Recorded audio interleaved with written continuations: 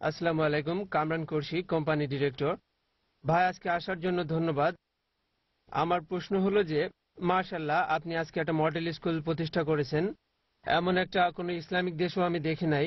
তবে মাশাআল্লাহ, আপনি বর্তমান সময়ে প্রতিষ্ঠা করেছেন। আমার প্রশ্ন হলো, দুর্ভাগ্যজনকভাবে হাজার হাজার লক্ষ লক্ষ মুসলিম বাচ্চারা আপনার স্কুলের মতো স্কুল পাবে না। আমাদের বাচ্চাদের জন্য কি পরামর্শ দিবেন? পৃথিবী জুড়ে সবাই এমন স্কুল পাবে না। আপনার সব বক্তব্য এবং স্কুল বিষয়ে কি সব বিস্তারিত ওয়েবসাইটে পাওয়া যাবে? জাজাকাল্লাহ। ভাই প্রশ্ন করলেন যে সবার জন্য স্কুলে যাওয়ার সৌভাগ্য হবে না, তাহলে পৃথিবীর কোটি কোটি মুসলিম তাদের বাচ্চাদের জন্য কি করবে, কিভাবে তারা এমন একটা স্কুলে যাবে? আমাদের স্কুলের তথ্যের জন্য যদি বলেন তাহলে যান আমাদের irf.net-এ, দেখবেন ইসলামিক ইন্টারন্যাশনাল স্কুলের জন্য আলাদা সেকশন, সেখান থেকে জানতে পারবেন। একই স্কুলের কথা বললে দুটো পথ আছে। প্রথমটা খুবই সহজ, স্কুলে গিয়ে দেখতে পারেন।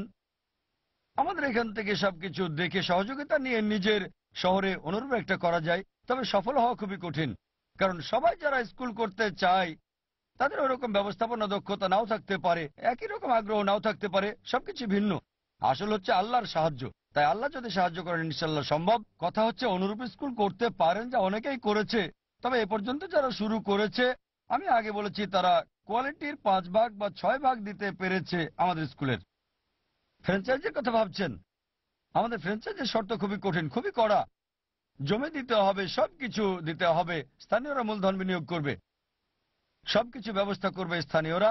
আমাদের শর্তগুলো খুবই কড়া। যদি ইন্ডিয়ার বাইরে কোথাও আমরা বলি কমপক্ষে 4 একর জমি দিতে হবে, শহরের প্রধান অবস্থানে হলে 2 একর, অর্ধেক নির্মাণ খরচ, বাকি সবকিছু তখন আমরা করব। অনেক নিয়ম কানুন আছে, তারপরও শত শত অফার পেয়েছি।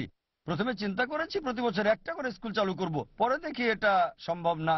তাই যখন স্কুল চালু করলাম দেখি ব্যবস্থাপনাটা খুবই কঠিন। বোম্বে থেকে চেন্নাই গিয়ে সবকিছু করতে হয়, আমাদের শিক্ষকদের পাঠাতে হয় ট্রেনিং এর জন্য, কাউন্সিলরদের পাঠাতে হয়, সবকিছু।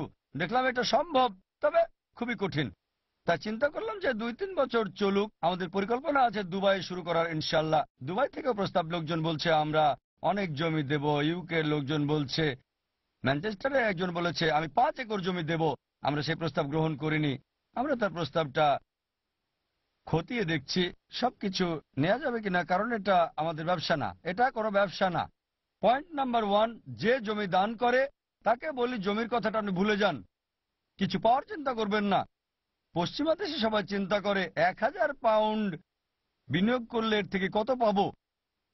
যেখানে আমি যাই, শুধু পশ্চিমা দেশগুলোতে, ইউএসএ তে, কানাডা, ইউকে তে টিকেটের ব্যবস্থা করে। লেকচারের টিকেটের ব্যবস্থা বলে কিছু নেই। ইসলামিক লেকচারের টিকেটের ব্যবস্থা থাকবে কেন? তাই টিকেটের ব্যবস্থা করা যাবে না।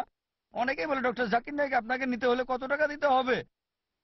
তারা ভাবে অনেক টাকা লাগবে। বিশ্বাস করেন, যদি আমার ফি বলি তারা আমাকে নিতে পারবে না। মাশাআল্লাহ, আমি টাকা ছাড়াই আসি। বড় জোর আমার প্লেনের টিকিটটা দিতে পারেন। আমার সফর সঙ্গী যারা থাকে মাশাআল্লাহ সব খরচ আমরা বহন করি। ঠিক আছে, সাধারণ একটা থাকার ব্যবস্থা যদি করতে না পারেন সেটাও আমরা করে নেবো, সমস্যা নেই। আমার সময়টা গুরুত্বপূর্ণ, তাই এটা ভিন্ন ধারণা। তবে প্রাচ্যের দেশগুলোতে মাশাআল্লাহ অন্যরকম। তাই আমরা যা করছি সেটা আমাদের ব্যবসা না। কেউ আগ্রহী হয়ে দিলে সেটা ভুলে যেতে হবে যে স্কুলের জন্য জমি দিয়েছে সে। সম্পূর্ণ স্কুল আমাদের নিয়ন্ত্রণে। যদি ফ্র্যাঞ্চাইজ দেয় সম্পূর্ণ আমাদের কন্ট্রোলে থাকবে। একজন জমি ডোনেট করেছে যার মূল্য 16 কোটি রুপি। এখানে কত হবে? হয়তো কয়েক মিলিয়ন পাউন্ড। আমরা তাকে বলেছি এমন নিশ্চয়তা দিতে পারবো না যে আপনার সন্তান ভর্তি হবেই। জমি দিতে পারেন, স্কুল চালু করতে পারেন, কোনো নিশ্চয়তা নাই যে আপনার সন্তান না পাস করলে ভর্তি হবে। এমন ঘটনাও আছে যে লোকজন ডোনেট করেছে, $1 মিলিয়ন ডোনেট করেছে, তার বাচ্চা ভর্তি হতে পারেনি। আমাদের নিয়ম কানুন খুবই কড়া এবং সম্পূর্ণ স্বচ্ছ। তাই এক্ষেত্রে আমরা ভালোভাবে ডোনারের বিষয়টা পরীক্ষা করে দেখি। যখন ফ্র্যাঞ্চাইজ দিই, যখন আমাদের নামটা যুক্ত করা হবে, যদি আইআরএফ নামটা যুক্ত হয় শেষ। দেখি আমাদের নামটা যেন যুক্ত করা না হয়। আমি কোথাও গেলে এই বিষয়টা মাথায় রাখি যে আমাদের নামটা যেন যুক্ত করা না হয়। আমরা আসি কিন্তু নাম দিই না, আয়োজক হিসেবে আমার নাম দিই না। যখনই আয়োজক হিসেবে নামটা যাবে অবশ্যই পরবর্তীতে আমাদের সমস্যা হবে। তাই যখনই অন্য কোনো সংগঠনকে সহায়তা করি কোনো কাজে, আমরা অনেক সহায়তা করি মাশাআল্লাহ, তবে আমাদের একটা শর্ত থাকে, আমরা সাহায্য করব, নামটা আমরা ব্যবহার করতে দেব না। কারণ জানি 100 ভাগ নিয়ন্ত্রণে নেই এটা। এমনকি 50 ভাগ নিয়ন্ত্রণ, 90 ভাগ নিয়ন্ত্রণ হলেও আমরা এ ব্যাপারে রাজি হই না। যদি শতভাগ নিয়ন্ত্রণ হাতে না থাকে আমাদের নাম ব্যবহার করতে দেই না।